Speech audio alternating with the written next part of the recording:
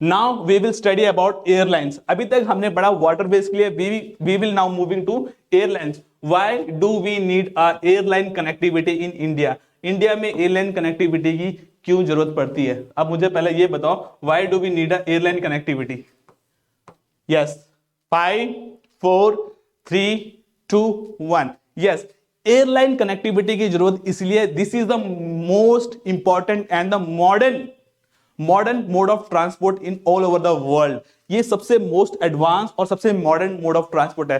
Quickly किसी भी चीज को क्विकली एक्सेस करना, ट्रांसपोर्ट करना, पैसेंजर को यहां से एक जगह से दूसरे जगह में माइग्रेट करने के लिए सबसे quickest form of fastest mode of transportation है आपका air transportation. Further, air transport has been classified into two types, domestic airlines and the international. Domestic airlines में आप देखोगे यहां पर आपके पास पिक्चर बनी हुई है, देखोगे air Asia, spice jet and Indigo, तीन एयरलाइंस खड़ी है जो डोमेस्टिकली अपना फ्लाइट्स को ऑपरेट करती है। इनको कुछ in present time, in the present era, इनको कुछ सेक्टर्स फॉरेन के भी मिले में, हालांकि ये नियर बाय जितने भी हमारे इंडिया के नेबर कंट्रीज हैं या मिडिल ईस्ट के जितने भी कंट्रीज हैं, जो गल्फ कंट्रीज है, वहां पर ये अपना ऑपरेट दे रहे हैं, लेकिन फिर भी हम इनको मेजर डोमेस्टिक कैरियर कहते हैं। वहीं पर अगर हम दूसरी तरफ देखेंगे, आपके पास बहुत ही सुंदर बोइंग 777 खड़ा है, आपका एयर इंडिया का Boeing 777, which connect India from the far away countries. World के जितने भी कंट्रीज है वहां पर हर कंट्री से कनेक्ट करते हैं, तो एयर इंडिया को हम इंटरनेशनल एयरलाइंस के रूप में देखते होते हैं।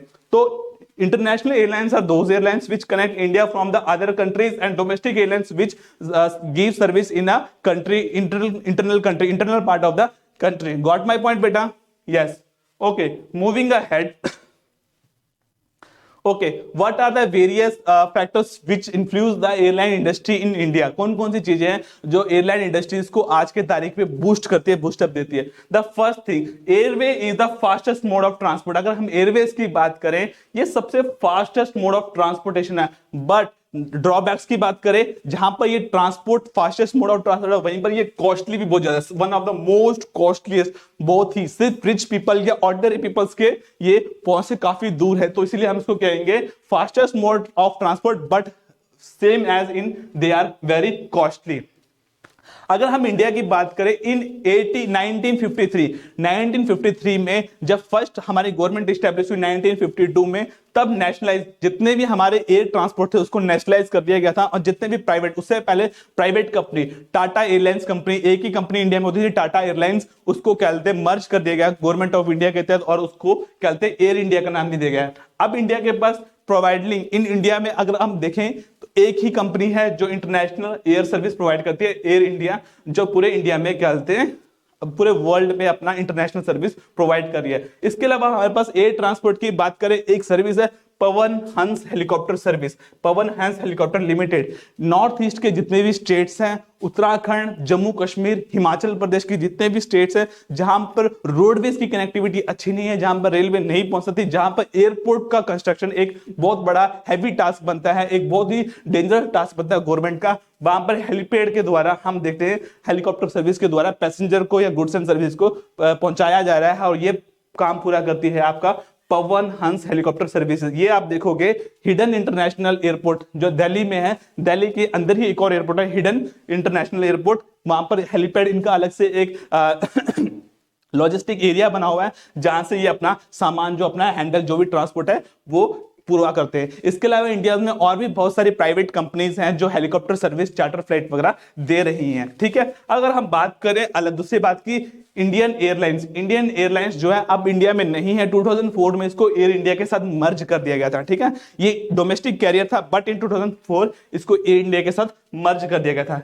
अब इन्होंने जो इंडियन एयरलाइंस है ये ऑपरेट करता था नेबर कंट्रीज के साथ या साउथ ईस्टर्न एशियन कंट्रीज के साथ एंड मिडिल ईस्ट के साथ, जिसको अब मर्ज कर दिया गया। अब इसकी जगह ले ली है एयर इंडिया एक्सप्रेस ने। एयर इंडिया एक्सप्रेस है वो इंडिया के जितने भी नेबर कंट्रीज है लाइक सिंगापुर, मलेशिया या मिडिल ईस्ट की बात करें हम, ओमन, मस्कट, गल्फ कंट्री जितने भी, Saudi Arab, Qatar, in country के साथ ये हमारे कनेक्ट करती होती है। गॉट माई पॉइंट बेटा?